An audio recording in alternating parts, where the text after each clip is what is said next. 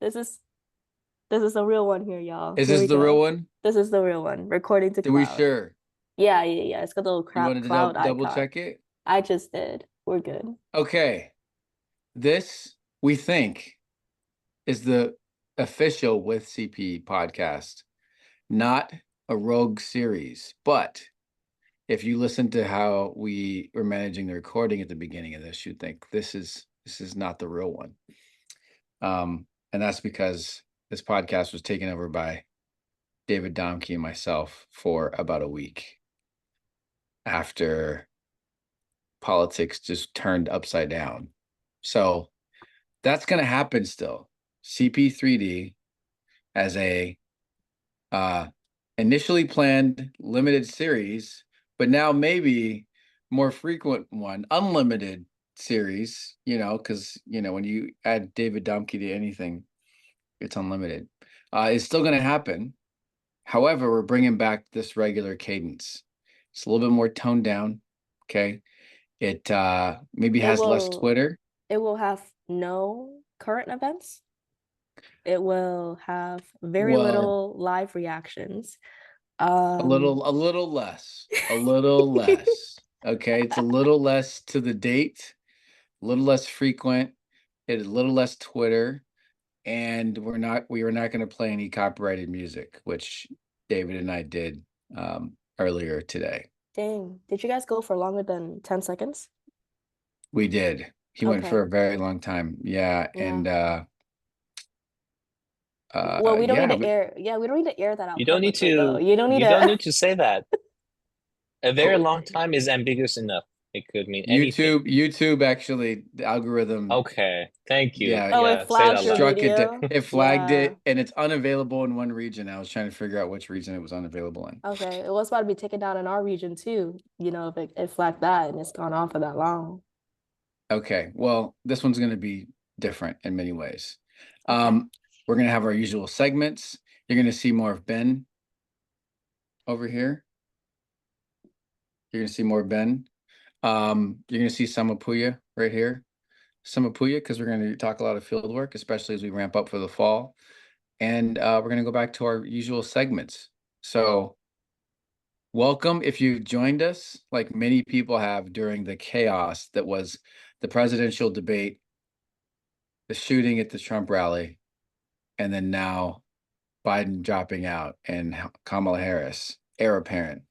If you've joined us through all of that, welcome to Common Power. This is a podcast where we bring you along with us. And everything you hear here, whether it's me or David or a combination of us or just Ben going rogue, every single podcast episode that you hear is going to be some version of taking you along with us on this ride, because it is a heck of a ride. And who knows where politics is going to take us, where the work of talking to voters is going to take us day in and day out. Where are we? Where are we traveling at all? Do we have any CP teams in the field, Ben? Yes, we do. So wait, hold on. We just skipped the how are we entering the space segment, but we can get Oh back to yeah, that's that. important. Yeah, yeah, we just got You want to there. start there? You want to No, no, start? let's do the how, let's do the where stuff first, because we're Okay, there. Okay. got it. So where are we? Well, we are in Vancouver and Yakima. The Washington Weekends of Actions are in full force. There were two teams simultaneously in Vancouver and Yakima this past weekend. In And Washington State. All they right, were good, watching, good, good. yeah, and they were knocking on doors. Yakima was like clocking what, 104, 107-degree heat. So Whoa. they're out there doing work, y'all. They've returned Wow. home now. So we're in Seattle and we're just kind of resting. I think we're gonna be in Seattle for a while. We're actually flying staff to Seattle for the staff retreat at the end of the month next week. And then after that, we'll be in Wisconsin. Okay, Wisconsin for the primary, but Washington State, shout out to Maria and Jenny for the work they do there. Huge, huge, huge US House race. The Washington third in Vancouver. That's on national radars. Organizations that do work across the country, they're looking at the Washington third. Lots of help we're going to get there.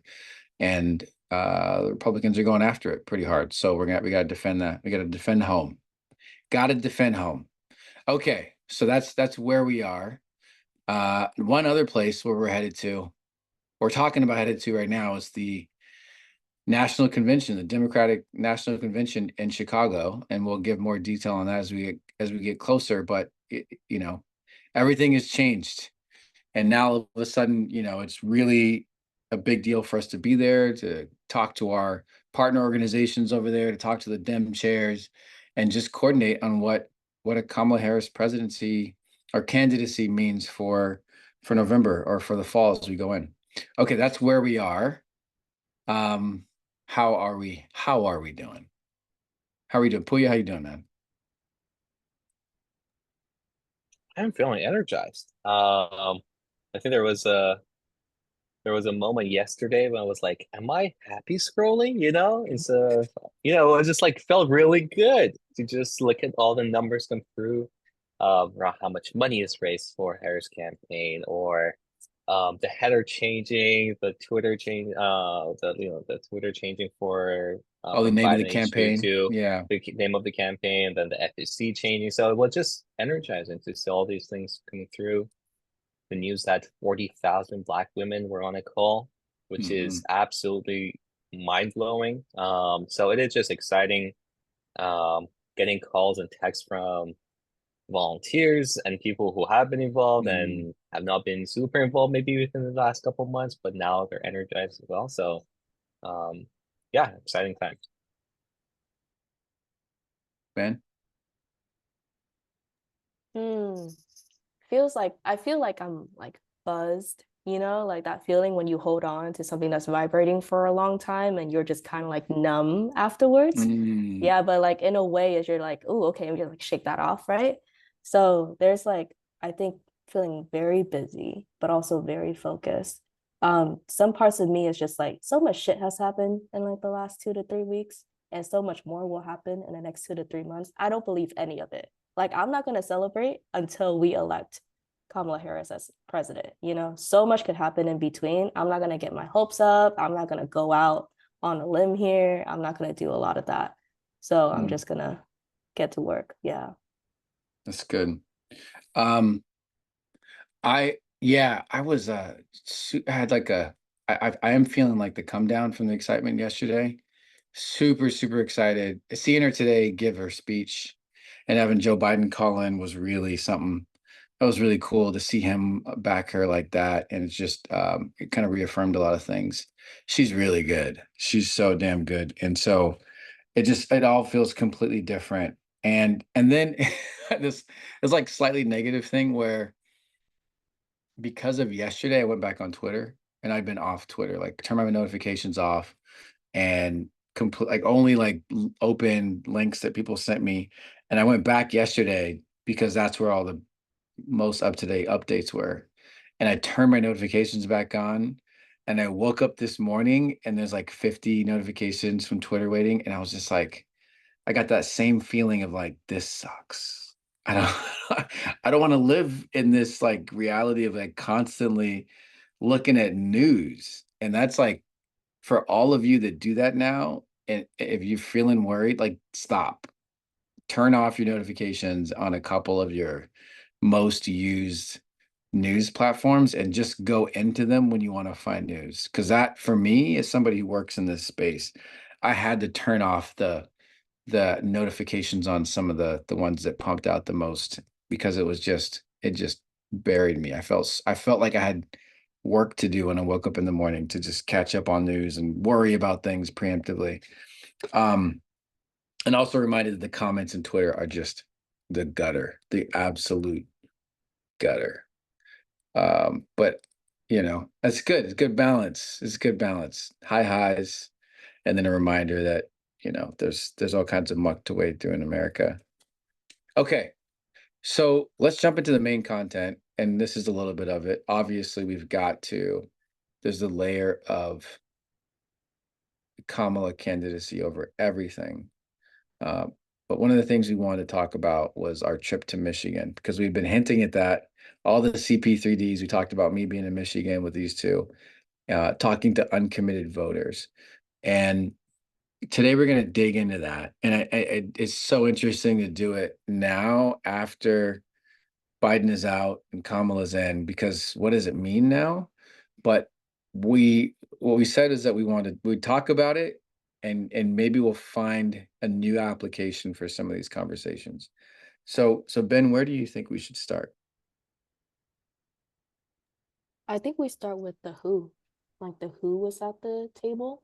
So we're not going to go into, this is straight up for the listener. We're not going to go into very much details about who, like, individually these people are, or the organizations that we were working with on the ground, simply because this is more of like a low-key underground project, right? And we want to respect the privacy of our partners.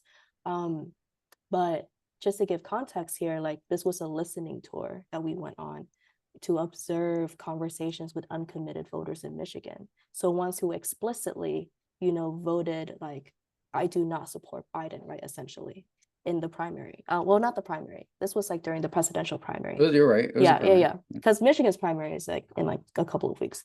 So yeah, but I think that our partner who set this all up, like, went and talked to, or sourced, really, like, they really did their research and sourced people and communities that would be influential in trying out messages to win up support for Biden, right? So this is all in the context of, like, he was still in the race, top of the ticket, that kind of thing.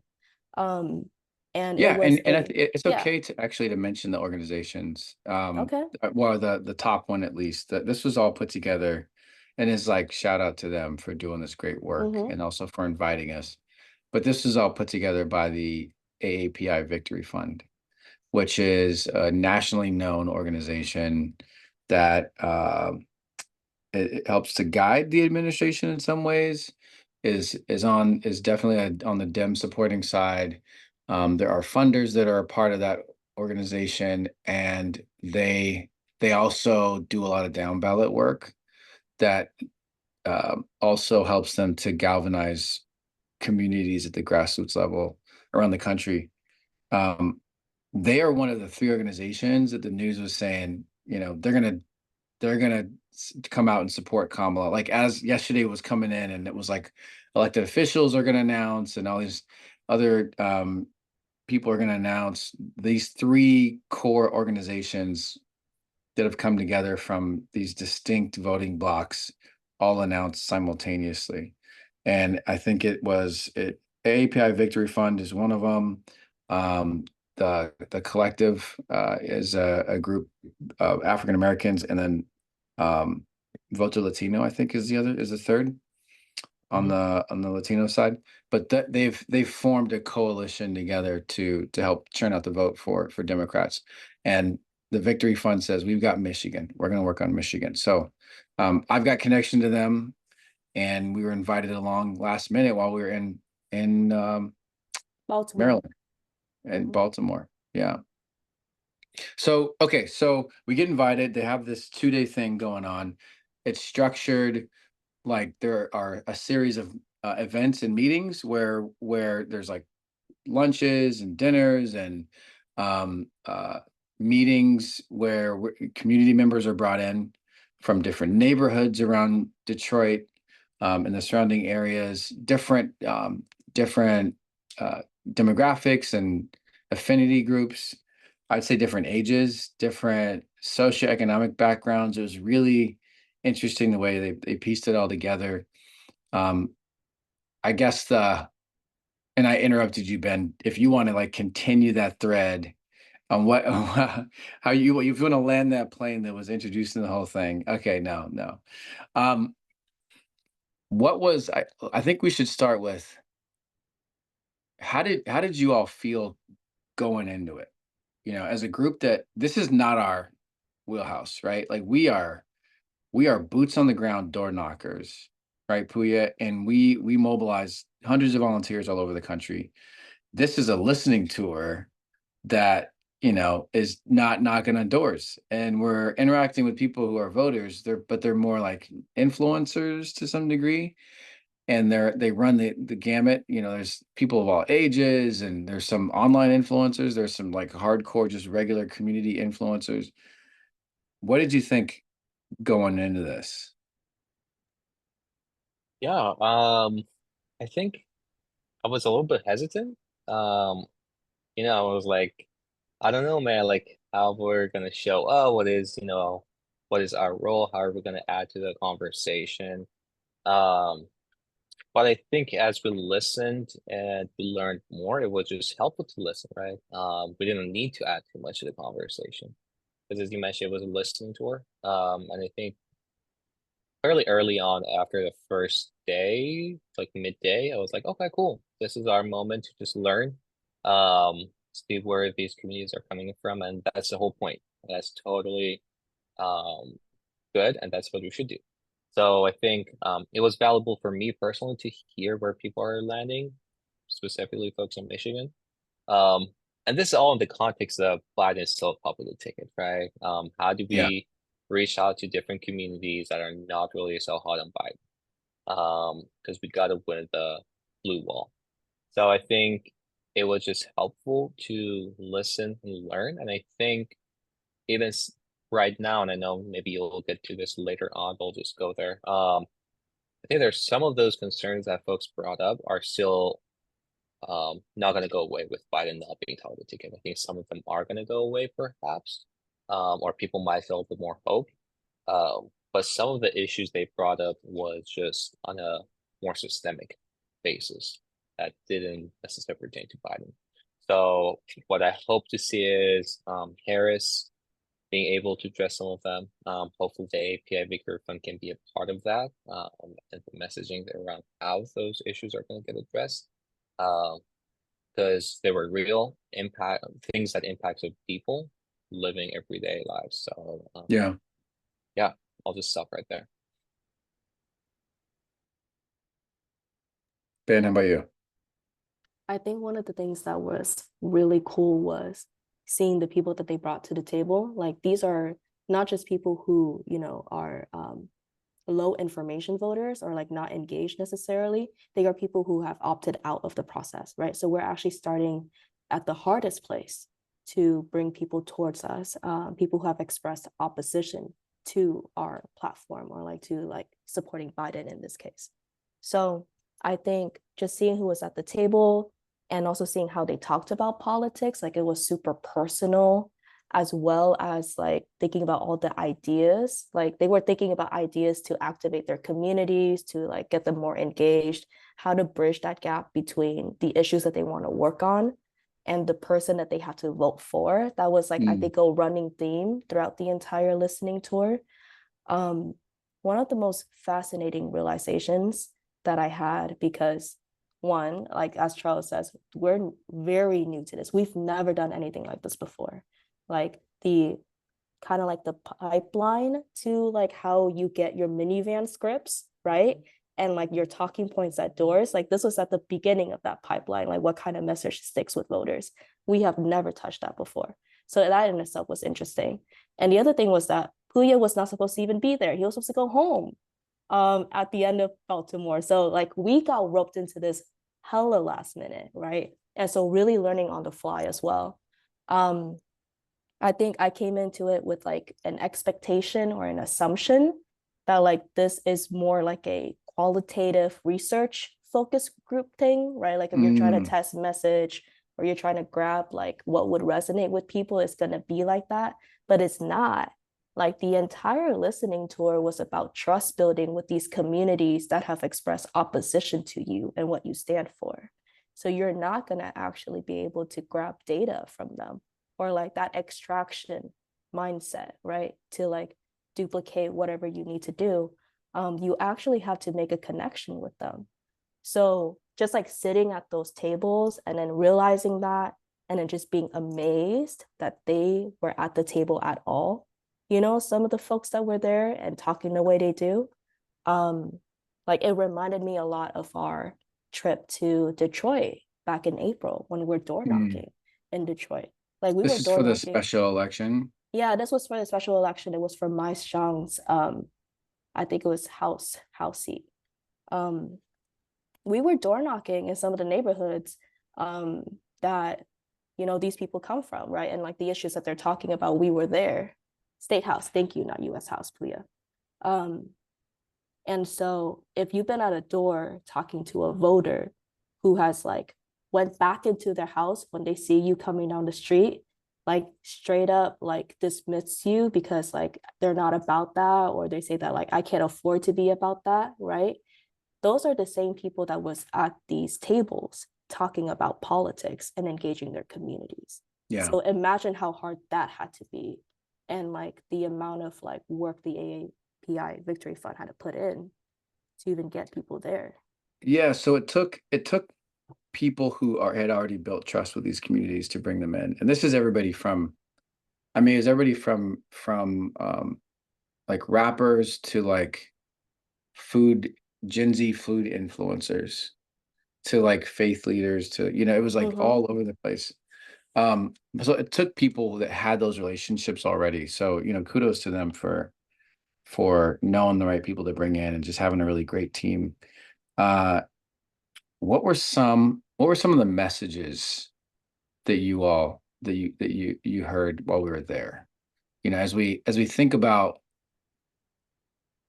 the things that are not going to change, right? Puya, you mentioned some of these things are systemic things, or there's things like Gaza. That's not going to change just because Kamala Harris is here.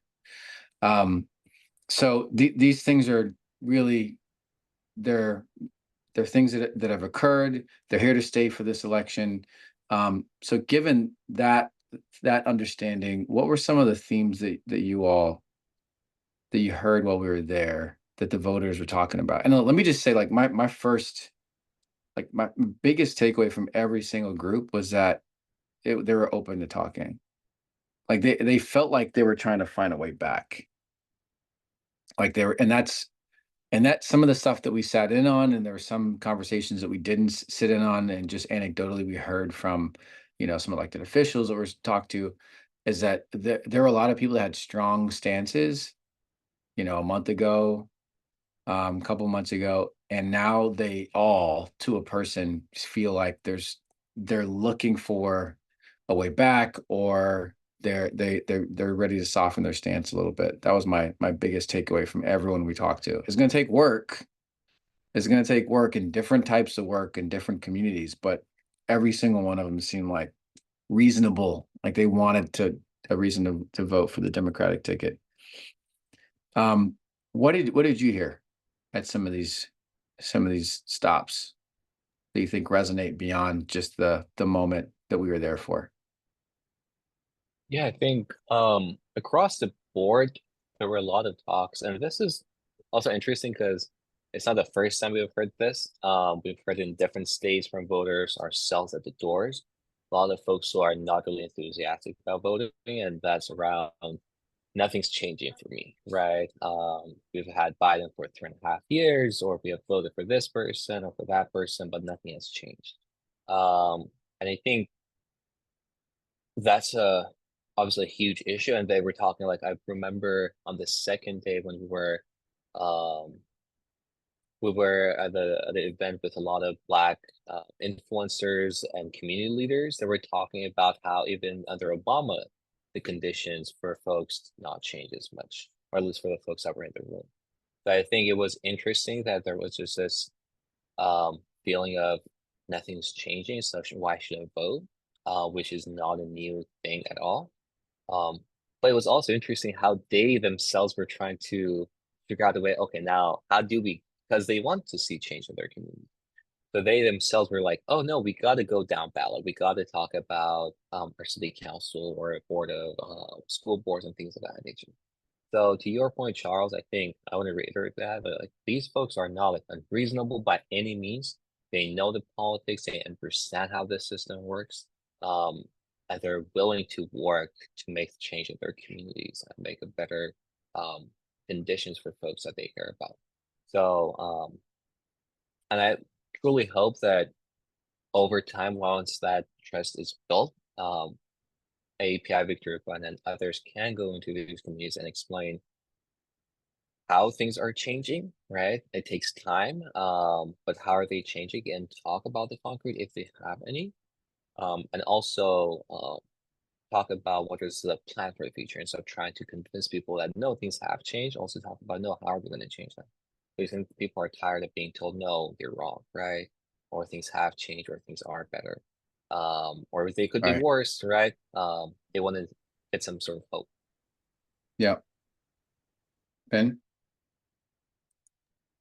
I think that to Puya's point about focusing on issues and down ballot offices, staying local and relevant to people's um, kind of like political lives, and equating that to their quality of life, that was pretty prevalent and common throughout the entire listening tour. But I think one message stands out, separate from that, was like how people talked about their relationships to elected officials, really Mm, coloring all of this, because like it's true, living conditions, if you're in an impoverished government or state, city, whatever, then things are not going to change within like 1 or 2 decades even, right? Because that's the speed of how things move. And also your relationship to government is your relationship to your elected official. So I think there were a couple of people, like there was one gathering where someone asked a question and I was like, so do y'all already do this? Like, because there's a lot of energy, there's a lot of willingness. Like, do y'all already work with your elected official? There was a elected official like in the crowd too, but they were like, do you gather? Do you talk to your mayor? Do you talk to your city council?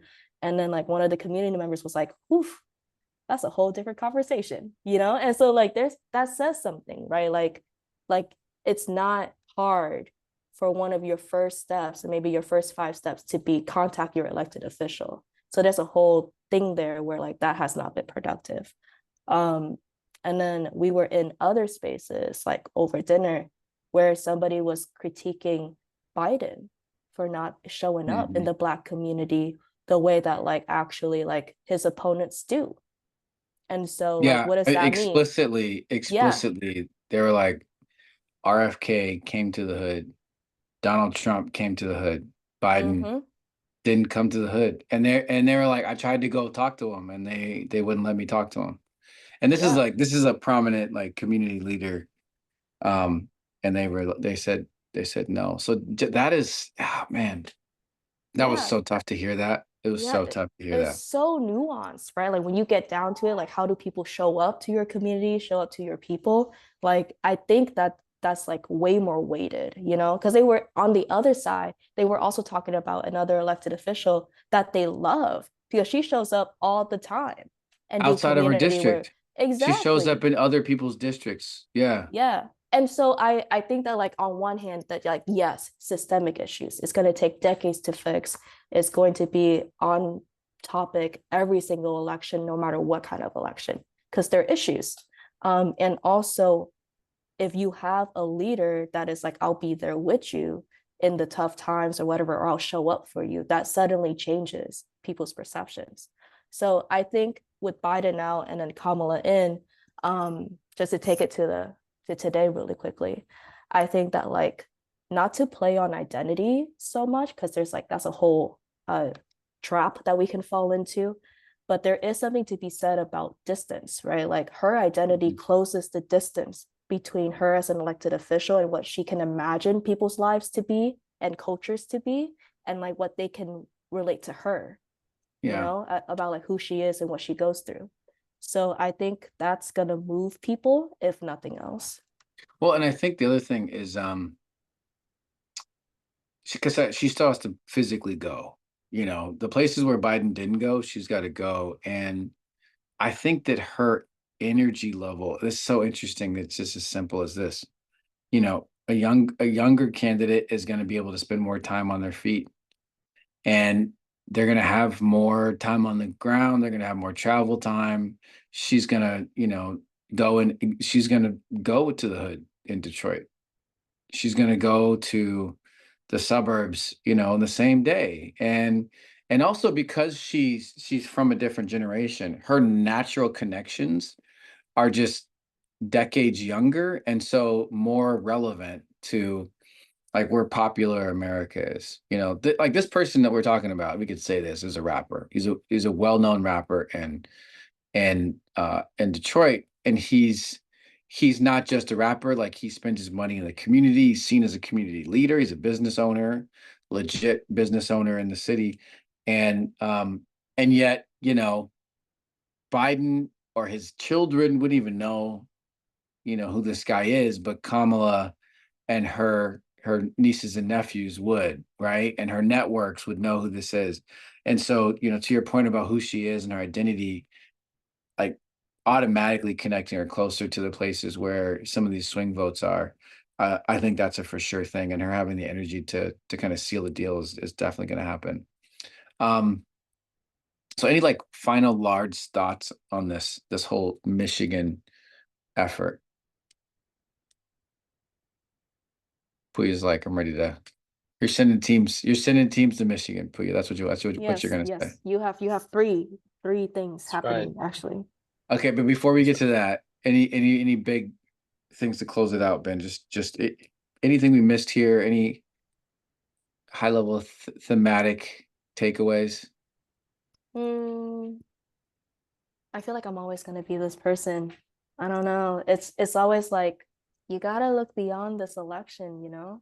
Some of the people here, they're talking about Biden, they're talking about the presidency as a vehicle to have 2025 and do the shit that they want to do after the Oh, because presidential election. Yeah, there's big elections. They have big elections next year. Yeah. they have big elections next year, but also like to like do the community work to be able to bring people together. Like you can't live under a dictatorship. So like instead of like seeing like they did not talk about 2024 as like the period, you know, it was like this is like something we need to do so that we can do this in 2025.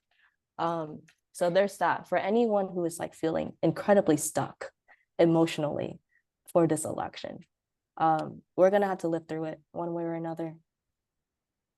Yeah, I think that that's a good lesson. Is we probably could arrive in Michigan or Detroit with like the alarm bells ringing and us pulling our hair out, being like, this is it. This fall is the biggest thing ever. And that message doesn't resonate with them, would not resonate. In fact, they are actively pushing against that message because they actually don't want to follow us on that roller coaster. They don't want to go on the like, oh, excited and all disappointed, excited and disappointed. That was some of what they're saying, is that they're tired of getting excited to be disappointed. So, okay, like if what you need is this transactional thing with my vote for this person, then I want it on these terms. I want it with you talking to me about 2024 and 2025 and 2027 and 2029. Let's talk Yeah. long term about my community.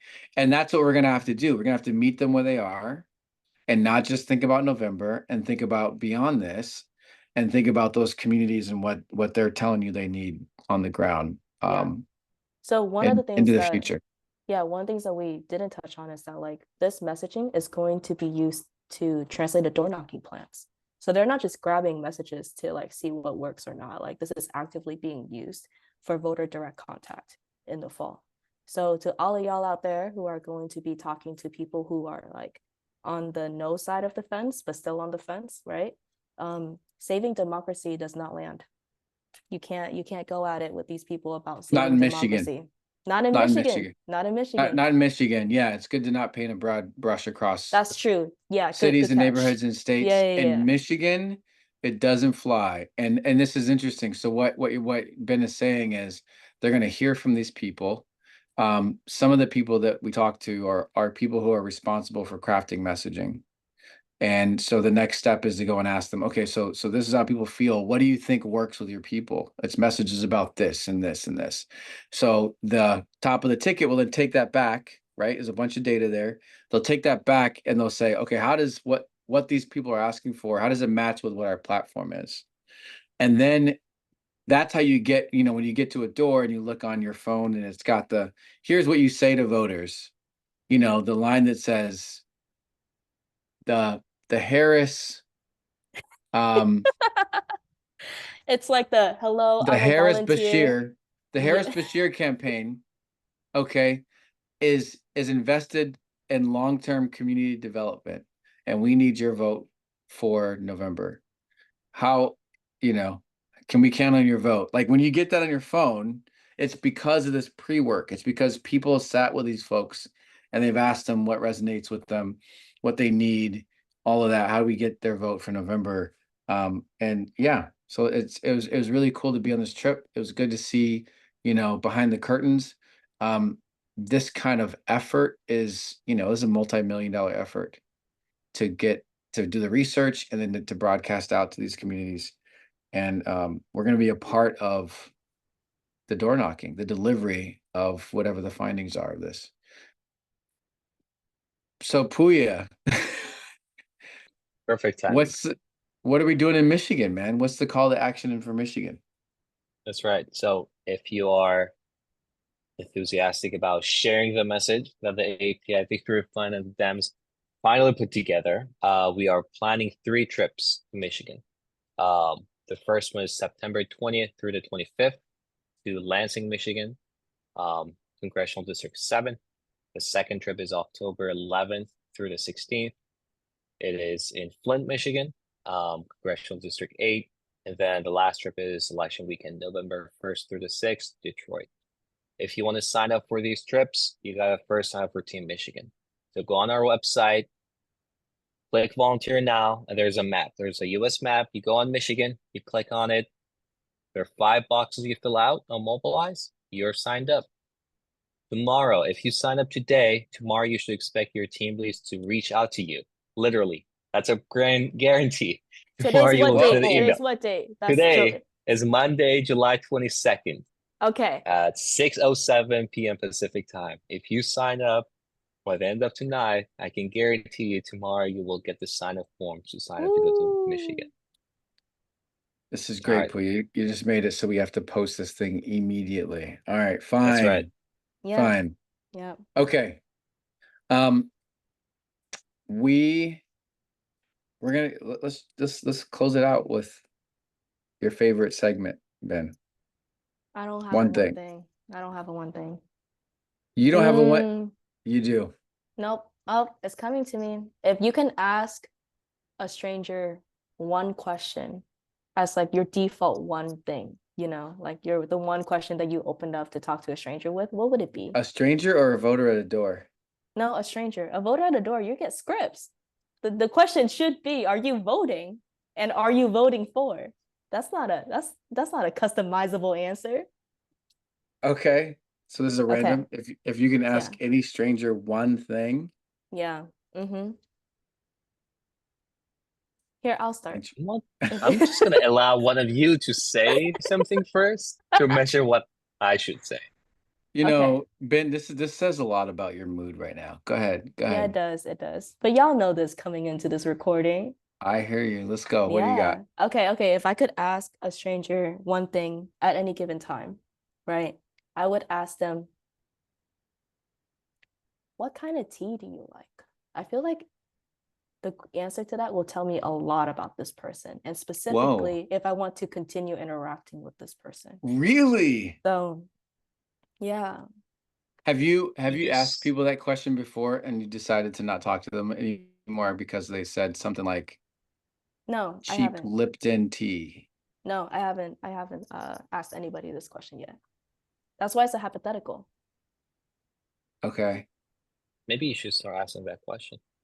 Okay, Puya, what kind of tea do you like?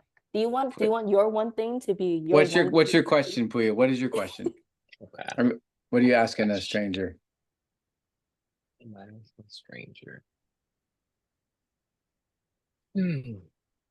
Really? You didn't think about it while she was saying hers? Oh, no, I was so intrigued, sorry, by the question that she's gonna ask people around the tea and how much information she's gonna get around their personality. I think I would like to ask them if they've got random stuff on their refrigerator. Like if they've got yes, magnets. that tells you magnets and shit like that. Yeah. Okay, I get you, Puya. I see you. It also tells you more about where they land. Do they have kids? Do they not have kids possibly? Do they care about family? Do they travel? One question. It's Are they practical? Do they use stuff? Right? That's right. Yeah. Are we She asked asking one questions question to find out I don't know about people's She soul? did not. Is that what we're... I think so. That's what she went with, right? That's just kind of my default, though. I don't know. Charles, what do you think? See, my question is, hey man, How much do you love your country, and are you willing to knock on doors for it? That's my question. Stranger. Get out of here. How Okay, much I do could have you love asked your them, country, and are you are willing to you knock on voting? doors You for it? don't Join us in the have field. We're knocking on doors every single weekend starting in mid-September. We're gonna be out here in the streets talking to voters, and you should be too, random stranger. Come on, let's go. Okay. Let's go. Well, all right, listen, you don't need to love your country to knock on doors. It's your duty. Oh, that's good. Mhm. That's good. It's your duty. All right. All right. This has been a regular episode of the With CP podcast. Join us again next week, where who knows what's going on in this country, but it'll be a regular episode again with regular folks and it talking about non-bombastic things. We're really chill over here in this version of the podcast. Super chill. Except for the end right there. Yeah, our next guest will be David Domke as a special guest. No, he's got his own series. Okay, he's Got got a his own whole series. series. All right, he doesn't meet with CP. You have to fold people in. You can't let He's them folded go. himself in. Okay, he's folding us into him. Okay, that's the part of the issue. End the podcast. We're done. We're done. Okay, share See the you next podcast week. with people. Bye. Goodbye, people.